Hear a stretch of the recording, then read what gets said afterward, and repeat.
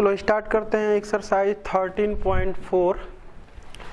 इसमें पहला सवाल के लिए निर्देश लिखा हुआ है, कर ज्ञात कीजिए कि निम्नलिखित प्रायिकता बंटनों में से कौन से एक यादृच्छिक चर के लिए संभव नहीं है। अपना उत्तर कारण सहित दीजिए।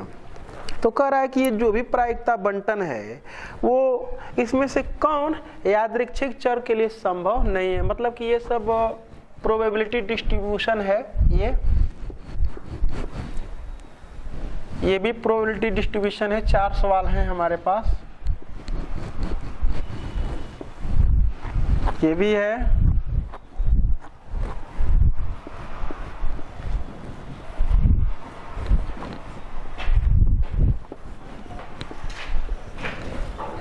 तो कह रहा है कि ये सब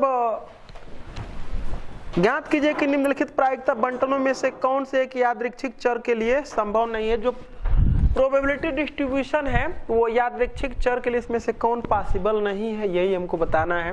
तो क्या क्या केसेस हमको चेक करनी थी कि जो प्रोबेबिलिटी होगी, ये जो px होगा वह ग्रेटर देन क्या होगा 0 फर्स्ट, और ये जो था समेशन ऑफ पी आई बराबर 1 से लेकर के n तक, ये वैल्यू कितनी थी 1 थी। बस 2 ही बातों को चेक करना है।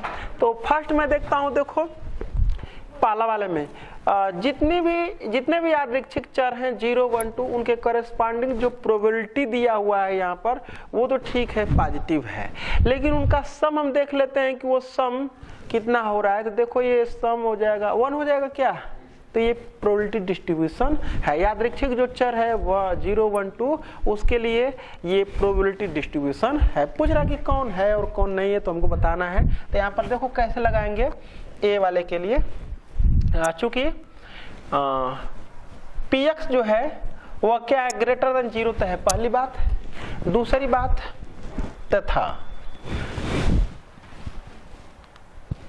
0.2 प्लस 0.3 प्लस 0.5, अगर मैं इसको कह दे रहा हूँ, सपोज कर लो कि ऐसे में लिख देता हूँ कि चूंकि जो x बराबर है वो 0, 1, 2 है, और यहाँ पर मैं लिख देता हूँ px बराबर 0 पर जो है वो कितना है 0.2 है, और फिर px बराबर 1 पर जो प्रोबेबिलिटी है वो कितना है 0.3 है, और px बराबर 2 पर जो प्रोबेबिलिटी है वो कितना है 0.5। तो लिखेंगे कि हियर, यहाँ क्या है, जो भी प्रोबेबिलिटी है यहाँ सभी प्रायिकताएं धनात्मक हैं। ये हो गया पहला लागू हो गया। तथा ये सभी प्रोबेबिलिटी का सम मतलब कि लिख देंगे कि px बराबर 0 प्लस px बराबर 1 प्लस px बराबर 2 बराबर 0.2, 0.3, 0.5 जोड़ देंगे तो कितना आ जाएगा 1। इसलिए दिया गया प्रायिकता बंटन यादृच्छिक चर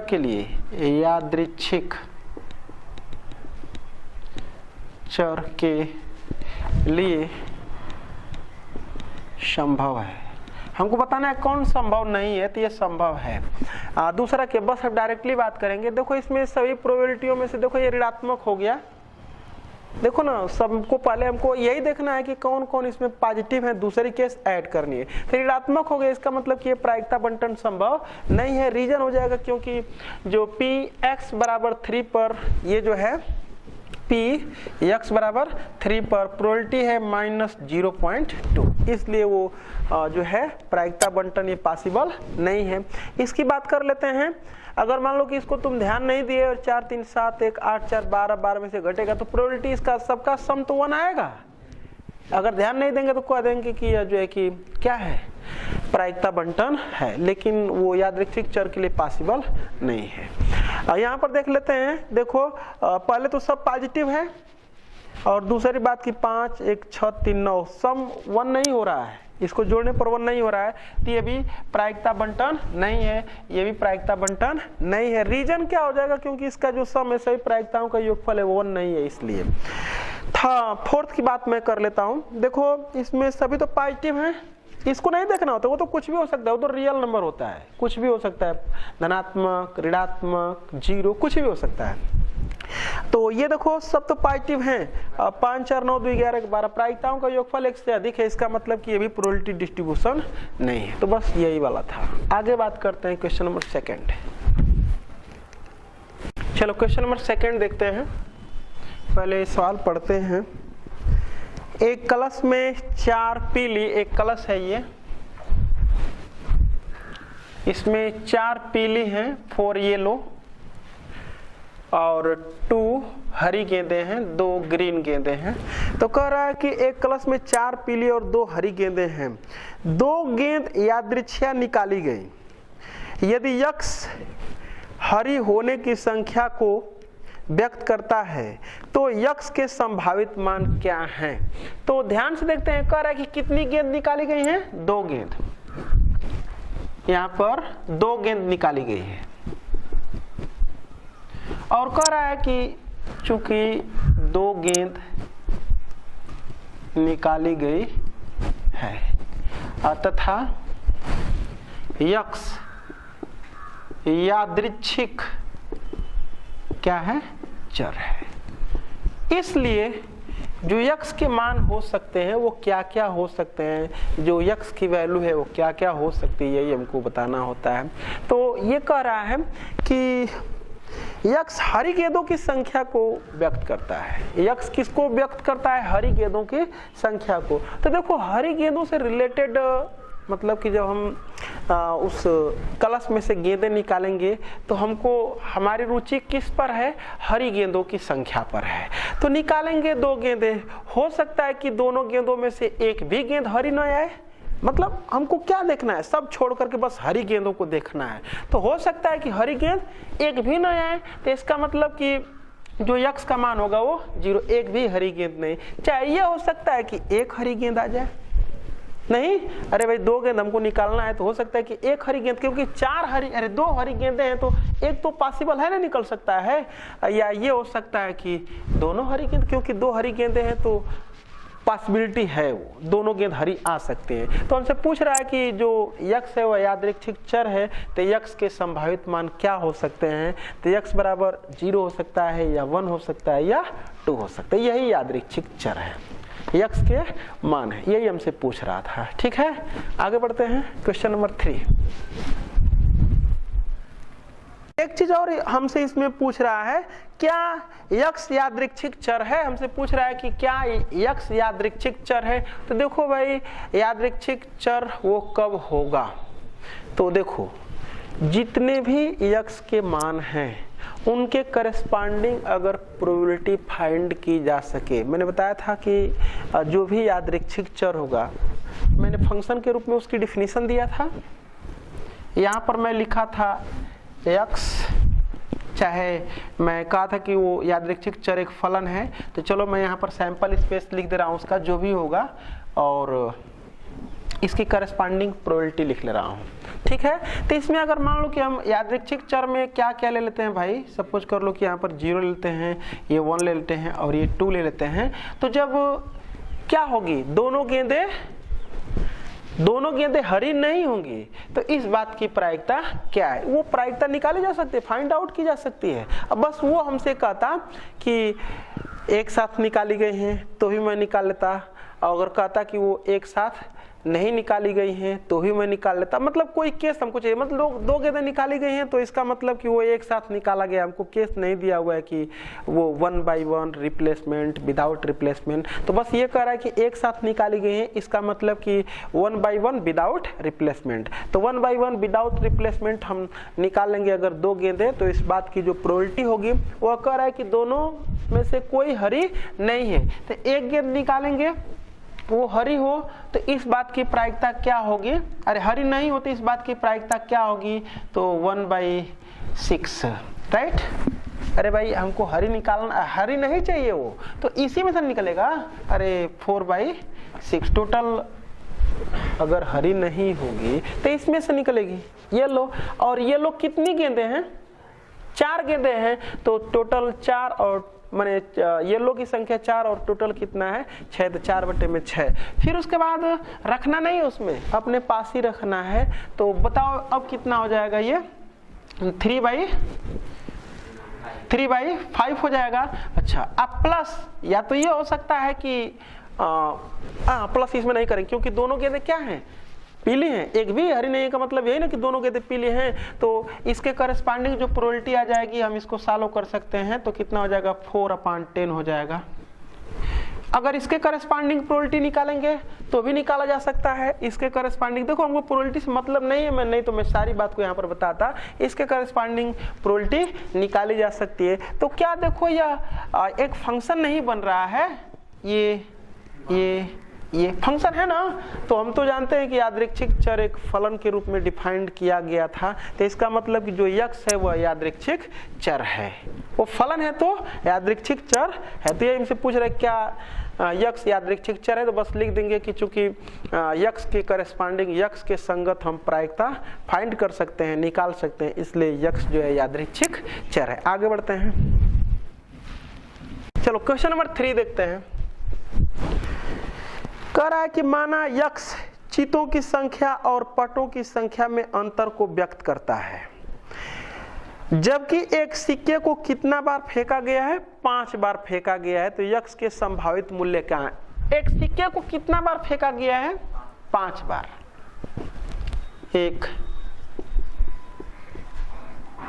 सिक्के को 5 बार फेंकने पर, जब 5 बार फेंकेंगे तो जो यादृच्छिक चर है वह कितना होगा? तो अच्छा है, बात मैं कर लेता हूं कि किस बात पर ध्यान दिया गया, किस परिणाम के अनुकूल हम हैं। 5 बार उछाला जाता है, यक्स के संभावित मूल्य क्या है, जबकि वो कह रहा है चितों की संख्या और पटों की संख्या में अंतर को व्यक्त करता है। तो ध्यान से देखो, यहां पर मैं लिखता हूं चितों की संख्या, चितों की संख्या, और यहां पर मैं लिखता हूं पटों की संख्या। कितना बार फेंका गया है? 5 बार। तो 5 में से हो सकता है कि 5 बार चित चले आए, तो जब 5 बार चित चले आएंगे तो एक भी पट नहीं आएगा। या ये हो सकता है कि 4 बार चित आ जाए, मतलब 4 बार हेड आ जाए, तो उस समय एक बार तब टेल आएगा।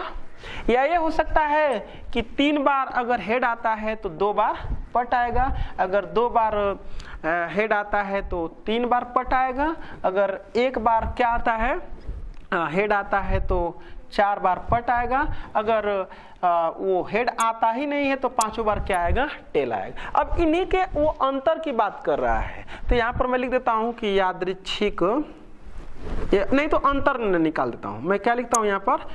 अंतर में निकालता हूं भाई।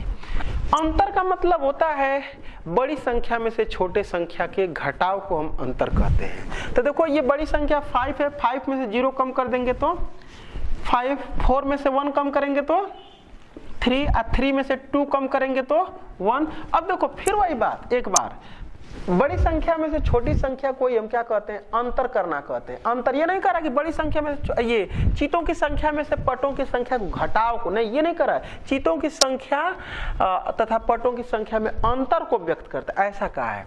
तो यहाँ पर फिर 3 में से 2 घटाएंगे तो क्या आएगा? 1, 4 में से 1 घटाएंगे तो 3 आएगा, 5 में से 0 घटाएंगे तो कितना आएगा? तो इसका मतलब यादृच्छिक चर तो बस 5, 3, 1 ही होगा ना। अरे एक सेट में एक एलिमेंट को एक ही बार लिखा जाता है, 2 बार 1 है, 2 बार 3 है, 2 बार 5 है, 2 बार लिखेंगे नहीं तो लिख देंगे, इसलिए यादृच्छिक चर, यादृच्छिक चर x बराबर कितना हो जाएगा? 1, 3, 5। आंसर दे लेंगे। बस हमसे पूछ रहा था कि यादृच्छिक जो चर है उसकी वैल्यू बताइए कि वो कितना होगा, तो 1, 3, 5। आगे बढ़ते हैं,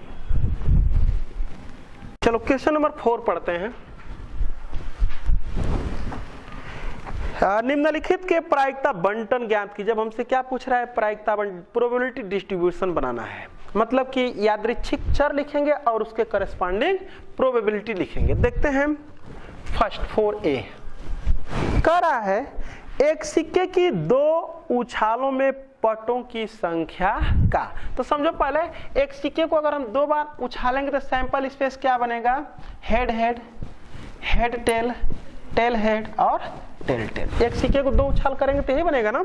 अब कह रहा है कि वो किस बात को लेकर के इच्छुक है, तो कह रहा है कि एक सिक्के की 2 उछालों में पटों की संख्या का, मतलब कि पटों की संख्या को देखा जा रहा है। 2 बार उछाला जाता है लेकिन क्या देखा जाता है, पट कितना बार आया। तो मैं यहाँ पर लिखता हूँ यादृच्छिक चर अगर x होगा तो पट कितना बार आया, तो यहाँ एक भी बार पट नहीं है, यहाँ पर एक बार पट है, यहाँ भी एक बार पट है, तो एक एक तो 2 बार लिखा नहीं जाएगा। और यहाँ कितना बार पट है, 2 बार पट है। तो अब मैं यहाँ पर एक प्रायिकता बंटन में बनाता हूँ, चाहे यहाँ पर निकाल लेता हूँ Px बराबर 0। x बराबर 0 का मतलब कि जब एक भी पट नहीं आता है तो इस बात की प्रायिकता क्या है। तो तुम जानते हो कि जब एक भी पट नहीं आएगा तो दोनों बार हेड आएगा, तो इसकी प्रायिकता 1/4। फिर P जब x बराबर क्या है 1, मतलब कि पट एक बार आता है तो उसकी प्रायिकता क्या हो जाएगी 2/4 यानी कि 1/2। और अगर पट आता है दोनों बार तो इसकी प्रायिकता हो जाएगी 1/4। एक ही बार है ना वो, दोनों बार पट आता है तो यहाँ पर लिख देंगे प्रायिकता बंटन, इसलिए प्रायिकता बंटन। तो प्रायिकता बंटन यहाँ पर मैं बनाता हूँ, कितने मान है x के 3, तो यहाँ पर मैं लिख लेता हूँ x और इसके करस्पॉन्डिंग यहाँ पर लिखूंगा px। x के पॉसिबल वैल्यू है 0, 1, 2 और px की जो वैल्यू है वो 1/4 है 0 पर, और ये है 1/2 और ये है 1/4। तो यही हमारा क्या हो जाएगा भाई, आंसर हो जाएगा। चेक भी कर लेंगे, सभी प्रोबेबिलिटी ग्रेटर देन 0 है और इसका सम 1 भी है, चेक कर सकते हो। आगे बढ़ते हैं, इसका B देखते हैं। B देखते हैं, कह रहा है कि 3 सिक्कों को एक साथ एक बार उछालने पर पटों की संख्या का। देखो जब तक सैंपल स्पेस बन सकता है तब तक मैं बना करके समझा दूं, नहीं तो और भी तरीका है कि बिना सैंपल स्पेस बनाए ही सवाल को लगाया जा सकता है, लेकिन जब तक हो सकता है तब तक मैं बना लेता हूं, ठीक है। तो कह रहा है कि एक सिक्के की 4 उछालों पर, अरे नहीं, एक सिक्के की कह रहा है कि 3 सिक्कों को एक साथ उछाला गया है ना, तो 3 सिक्कों को उछालेंगे तो ये सैंपल स्पेस जो बनेगा वो head head head, head head tail, head tail head, tail head head, फिर उसके बाद हेड टेल टेल, फिर हो जाएगा टेल हेड टेल, फिर टेल टेल हेड और फिर तीनों टेल टेल टेल। देख लो 3 3 6 2 8 हो गया ना। अच्छा, कह रहा कि 3 सिक्कों को एक साथ एक बार उछालने पर चीतों की संख्या का हमसे पूछ रहा है प्रायिकता बंटन। तो चीतों की संख्या को देखो मैं लिखता हूं कि चीतों की संख्या के लिए यादृच्छिक चर, मान ले रहा हूं कि चीतों की संख्या के लिए यादृच्छिक चर x है, तब x बराबर कितना हो जाएगा, कितने चित हैं इसमें 3, इसमें कितने चित हैं 2 2 2 2, इसमें कितने चित हैं 1 1 1 और इसमें कितने चित हैं 1 भी नहीं। ठीक है, तो अब मैं प्रोबेबिलिटी निकाल देता हूं। जब x का मान 0 होता है तो उसके करस्पॉन्डिंग प्रोबेबिलिटी, मतलब कि एक भी चित नहीं आते हैं, एक भी हेड नहीं आता है, तो बताओ कितना है, वो एक ही जगह पर ना है, इसमें एक भी हेड नहीं है, तो 1/8। फिर लिखेंगे p x बराबर कितना लिख लेता हूँ 1, मतलब कि एक हेड आता है तो एक हेड के करस्पॉन्डिंग प्रोबेबिलिटी 1 2 3, 3/8 हो जाएगा। फिर उसके बाद लिखेंगे p x बराबर कितना 2, मतलब 2 हेड आता है तो उसके करस्पॉन्डिंग प्रोबेबिलिटी 1 2 3, तो 3/8 ये भी हो जाएगा। और फिर उसके बाद तीनों हेड आता है इस बात की प्रायिकता, तो x बराबर कितना 3, तो इस बात की प्रायिकता हो जाएगा 1/8। अब यहाँ पर लिख देंगे प्रोबेबिलिटी डिस्ट्रीब्यूशन यानी कि प्रायिकता बंटन, इसलिए प्रायिकता बंटन जो हो जाएगा बना लेंगे यहाँ पर, ये x और ये क्या हो जाएगा px। x की जो वैल्यू है वो 0 है, 1 है, 2 है, 3 है, बस यहीं तक ना है। अच्छा, 0 के करस्पॉन्डिंग जो प्रोबेबिलिटी है 1/8 है, ये 3/8 है, और ये भी क्या है 3/8 है, और ये है 1/8। तो यही हमारा क्या हो जाएगा, आंसर हो जाएगा। आगे बढ़ते हैं, इसका सी देखते हैं। चलो पढ़ते हैं चौथे का सी। कह रहा है कि एक सिक्के की 4 उछालों में पटों की संख्या का, फिर पूछ रहा है हमसे कि पटों की संख्या के लिए यादृच्छिक चर बताइए। तो एक तो सैंपल स्पेस बना करके, क्योंकि अब 4 उछालों के लिए सैंपल स्पेस में 16 एलिमेंट होंगे, तो चाहेंगे तो उसको बना सकते हैं, नहीं तो देखो बिना बनाए कैसे हल करते हैं मैं उस पर बात करता हूँ। तो ये तो तुम बता सकते हो ना कि अगर x यादृच्छिक चर है तो x के पॉसिबल वैल्यू क्या क्या हो सकते हैं। कह रहा है कि पटों की संख्या का हमको देखना है, तो हो सकता है कि एक भी पट ना है, ऐसा भी तो हो सकता है पॉसिबल, या हो सकता है कि 1 पट आ जाए, 2 पट आ जाए, 3 पट आ जाए, या 4। इससे अधिक तो नहीं ना पट आएंगे। तो अब हमको बताना है कि ये जो p x बराबर 0 है उसके करस्पॉन्डिंग प्रोबेबिलिटी क्या होगी। तो समझते हैं जरा सा।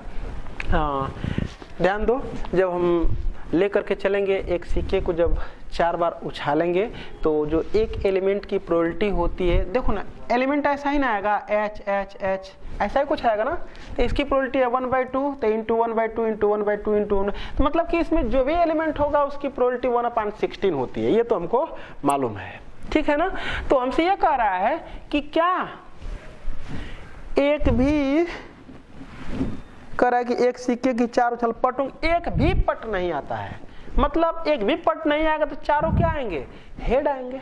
और जब चारों हेड आएंगे तो बस वो यही केस होती ही है, बस वो चारों हेड की बस एक ही कंडीशन ही होती है। तो इसकी प्रोबेबिलिटी 1/2 1/2 1/2 1/2 यानी कि 1/16 लिख देंगे चाहेंगे तो ये 1/16, ठीक है। अच्छा, फिर हम बात कर लेते हैं कि आखिर हम कैसे जान गए कि, तो बार बार बना करके सैंपल स्पेस दिखाते हुए कि तीनों एच, दोनों एच, चारों एच अगर रहेंगे, एक सिक्के को अगर एक बार फेंका जाता है तो एक एच अधिकतम आएगा, एक सिक्के को 2 बार फेंका जाता है तो 2 ही एच अधिकतम हो सकते हैं, एक सिक्के को 3 बार फेंकेंगे तो 3 ही एच अधिकतम हो सकते हैं, 4 बार फेंकेंगे तो 4 एच अधिकतम हो सकते हैं। तो एक ही बार केस वो मिलती ही है 4 एच की, और उसकी प्रोबेबिलिटी 1/16 हो जाएगी, ठीक है। अच्छा, अगर हम इसको ऐसे लिखें इस चीज को कि चारों हेड आता है का मतलब कि एक भी टेल नहीं आया है, और एक भी टेल नहीं आना का मतलब कि टोटल जो था ये 4 थे, 4 में से मतलब कि 4 ये टोटल एलिमेंट था, 4 में से हेड आया ही नहीं, 4 में से हेड नहीं, अरे टेल की बात कर रहा है, टेल आया ही नहीं का मतलब कि वो चारों क्या आ गए, हेड आ गए। तो इसको हम ऐसे भी लिख सकते हैं कि एक भी नहीं आया टेल 4 में से, तो यहाँ पर 4C0 लिखा जा सकता है। और देखो 4C0 का मान कितना होगा, 1। एंड देखो ना भाई, ये देखो 4C0 का मतलब हम लिखेंगे कि 4C0 बराबर 4 का फैक्टोरियल और अपान में ये 0 का फैक्टोरियल, और फिर लिखेंगे 4 माइनस 0 का फैक्टोरियल। तो 4, ये देखो ना 4 माइनस 0 का फैक्टोरियल कटेगा, इसका मान 1 हो जाएगा। तो 1 हुआ ना, 1 और गुणे ये जो पोर्शन है हमारा यही है ना, तो इसकी प्रोबेबिलिटी 1/2 1/2 1/2 1/2, मतलब कि ये जो एलिमेंट है वो कितने जगह पर होगा यही बताएगा। ये मतलब कि एक भी टेल नहीं आता है। अरे ये एक सिक्के की 4 उछालों में पटों की संख्या का, तो एक भी पट नहीं आता है, तो एक भी पट अगर नहीं होगा तो वो एक ही जगह पर होगा। तो यही एक केस है कि जहाँ एक भी पट नहीं आता है, तो यही बताता है कि कितना बार वो है, और उसकी प्रोबेबिलिटी में इससे मल्टीप्लाई कर दें, या जितना बार ये कहता है उतना बार इसको जोड़ दें, तो ये हो जाएगा 1/16, यही चीज है, ठीक है। अब मैं लिखता हूँ समझाने के लिए, x बराबर कितना मैं लिखता हूँ भाई, 1 लिखता हूँ। मतलब क्या, एक बार टेल आता है, तो टोटल ये कितने नंबर हैं, 4 है ना। तो 4 में से जो टेल हमारा होगा एक बार होगा तो कितनी जगह पर लिखा होगा, तो 4C1 लिख लेते हैं। जैसे हम एक सिक्के को जब 3 बार उछालते हैं तो यही नहीं सैंपल स्पेस बनता है, समझो पहले H H H H H T H T H, फिर यहाँ पर लिख देंगे T H H, फिर उसके बाद लिखता हूँ मैं H T T T H T, और फिर लिख देंगे हम T T H, और लास्ट में ये T। ठीक है। मैं कहता हूं कि 2h आता है तो 2h कितने जगह पर आएगा, तो टोटल देखो ना, टोटल देखो प्रत्येक में 3-3 एलिमेंट है ना, तो यहाँ पर 3 लिख लो। 3 में से कितने जगह पर टेल की बात कर रहे हैं, 2 टेल, मतलब कि 2 टेल हो। 3 में से ये 3 है ना, 3 में से 2 टेल हो तो कितने जगह पर लिखा गया होगा, 3c2, और 3c2 का मतलब कि 3 का घटते हुए क्रम में 2 बार मल्टीप्लाई करें और अपान में फैक्टोरियल 2 लिख देते, ये इससे कटेगा तो बराबर कितना आ जाएगा 3। अब देखो 2 की वाले एलिमेंट 3 जगह होंगे, कन्फर्म है। एक देखो ये है, ये है, ये और कहीं है, तो यही बताता है वो, ये जो हम लिखते हैं वो ये बताता है कि वो कितने जगह पर है। तो एक की प्रोबेबिलिटी अगर हमको मालूम हो जाएगी, इसकी प्रोबेबिलिटी 1/8 होती है, तो इसमें इसका मल्टीप्लाई कर लेंगे 3 का, तो हो जाएगा 3/8। तो इस बात की प्रायिकता हो जाएगी कि 2 टेल जो आते हैं उसकी प्रायिकता कितनी हो जाएगी, 3/8। नहीं तो ये सैंपल स्पेस बना करके हम लिखें, हमारे पास 2 ऑप्शन है, कैसे भी लिखें। तो चलो मैं बात कर लेता हूँ, अब यहाँ पर आ जाऊँ। x बराबर 1 का मतलब क्या हुआ, पटों की संख्या 1 आती है, तो 4 में से कितना बार पट आया, 1 बार। तो एक बार जो पट आया होगा पहले नंबर पर हो सकता है, दूसरे नंबर पर हो सकता है, तीसरे नंबर पर, ऐसे कितने जगह पर वो रहा होगा एक पट, तो वही लिखने का तरीका है 4c1। ठीक है, 4c1 का एक एलिमेंट में प्रोडक्ट कर लेंगे, एक एलिमेंट की प्रोबेबिलिटी में, तो पूरा ये px बराबर 1 पर प्रोबेबिलिटी आ जाएगी। तो एक एलिमेंट की प्रोबेबिलिटी तो वही बताए हैं 1/16, तो ये हो जाएगा 1/16 बराबर 4c1 का मान तो 4 होता है, तो 4 गुणे 1/16, देखो ना 4 का एक बार गुणा 4 और बटे फैक्टोरियल 1, वो 4 ही रह जाएगा, बराबर 1/4। फिर मैं लिखता हूँ px बराबर कितना, 2। जब मैं 2 लिखूंगा तो 4c2 मतलब कि 4 में से 2 बार टेल आता है, और गुणे ये 1/16, तो 4c2 का मतलब कि हो जाएगा 4 गुणे 3, 4 गुणे 3 अपान फैक्टोरियल 2, और ये गुणे 1/16 रहेगा ही रहेगा। सॉल्व कर लेते हैं इसको, ये जो है 2 दूना के 4 हो जाएगा, तो ये हो जाएगा 3/8।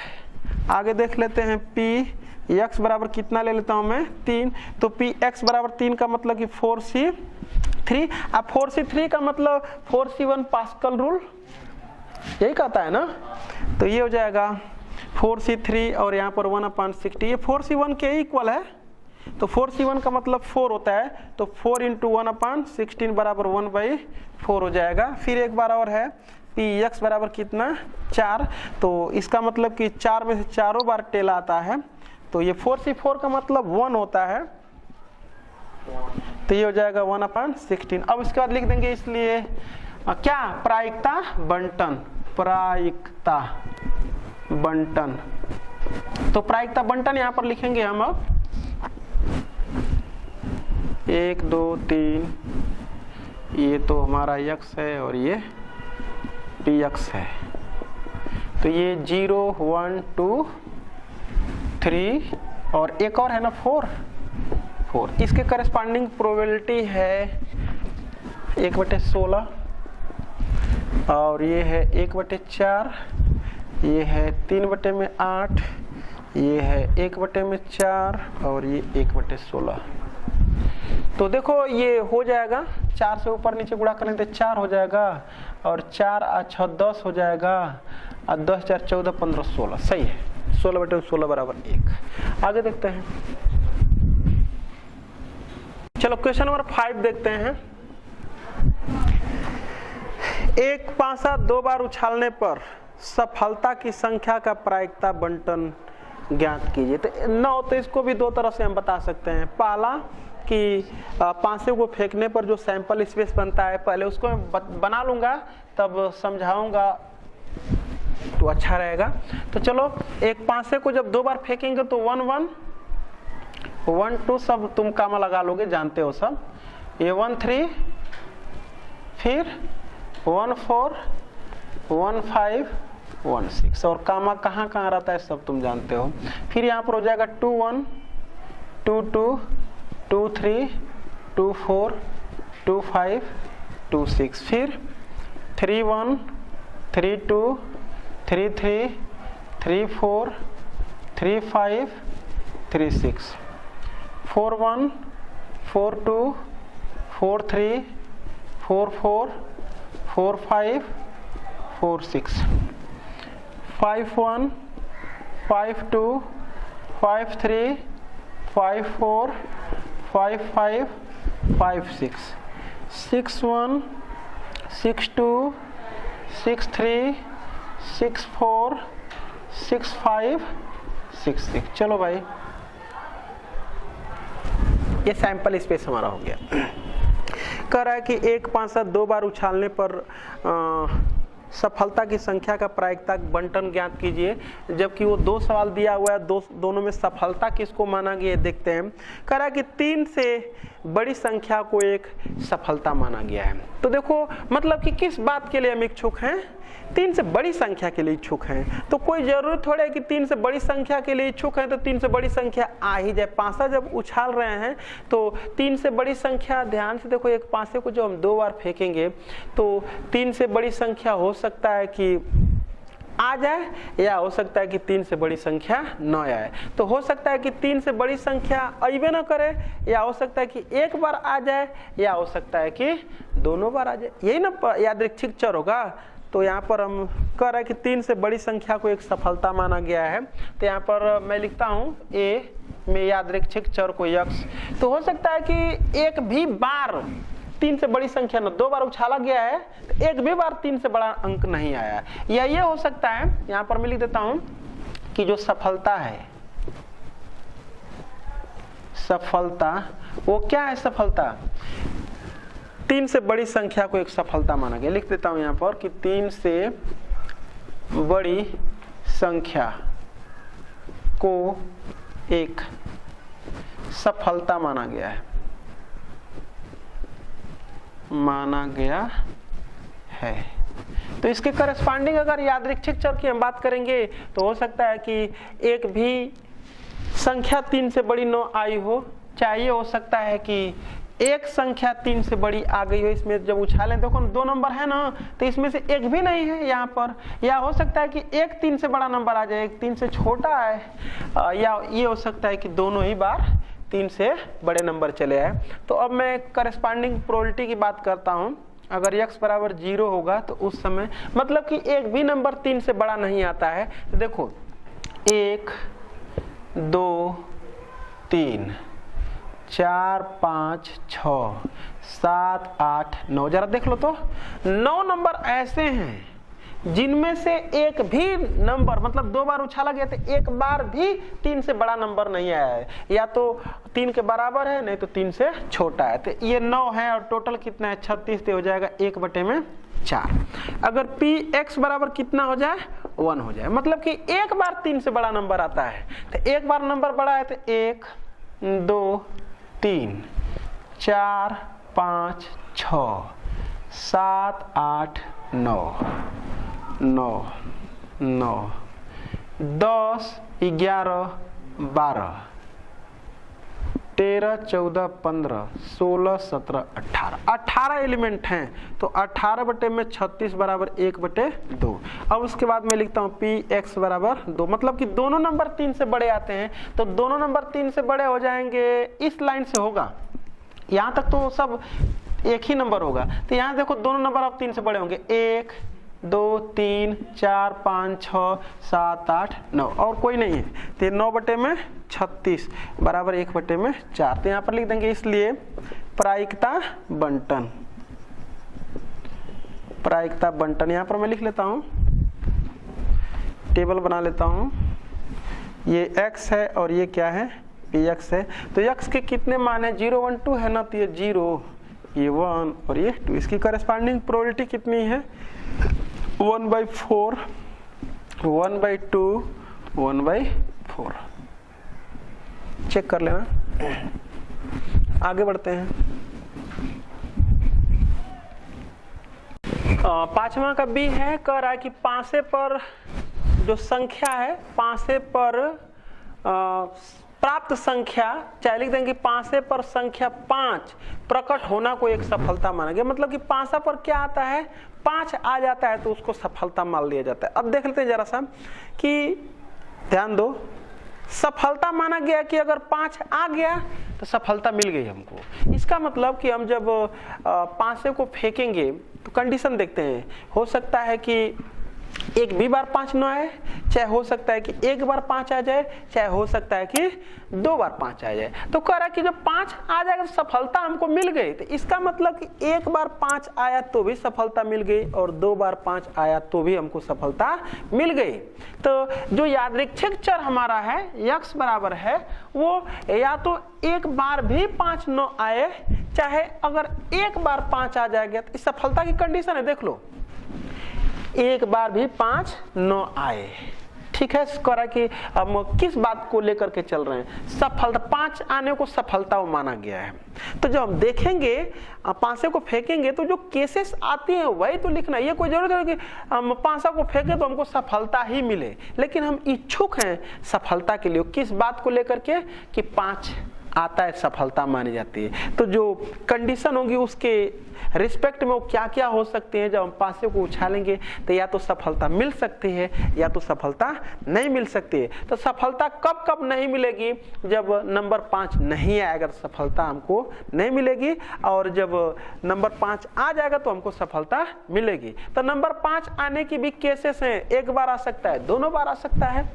तो मैं लिख दिया हूं कि ये 5 न आता है तो x बराबर मैं 0 लिख दिया हूं। अब 5 आता है तो मैं x बराबर क्या लिख दिया हूं, 1 लिख दिया हूं। तो इस केस में अब मैं देखूंगा यहाँ पर कि px बराबर कितना हो, 0 है। देखो मैं नहीं लिखा हूं कि x बराबर 2, क्योंकि x बराबर 1 हो चाहे 2, वो तो सफलता ही है ना। एक बार 5 आएगा तो भी सफलता है, 2 बार 5 आएगा तो भी सफलता है। तो बस मैं 2 ही लिख ले रहा हूं कि 5 आता है को 1 से और 5 नहीं आता है को 0 से। तो जब x बराबर 0 होगा तो उससे प्रोबेबिलिटी मतलब 5 आता ही नहीं है। तो इस बात की प्रायिकता देख लो, 5 कहाँ कहाँ पर नहीं आएगा, 1 2 3 4 5 6 7, देख लो बस 5 किस में आएगा, तो इसमें 5 आएगा, इसमें तो ये 1 2 3 4 5 6, ठीक है, 6 और एक ये 7 8 9 10 11 बार 5 आएगा तो 36 में से 11 घटा लेंगे तो 25 बार 5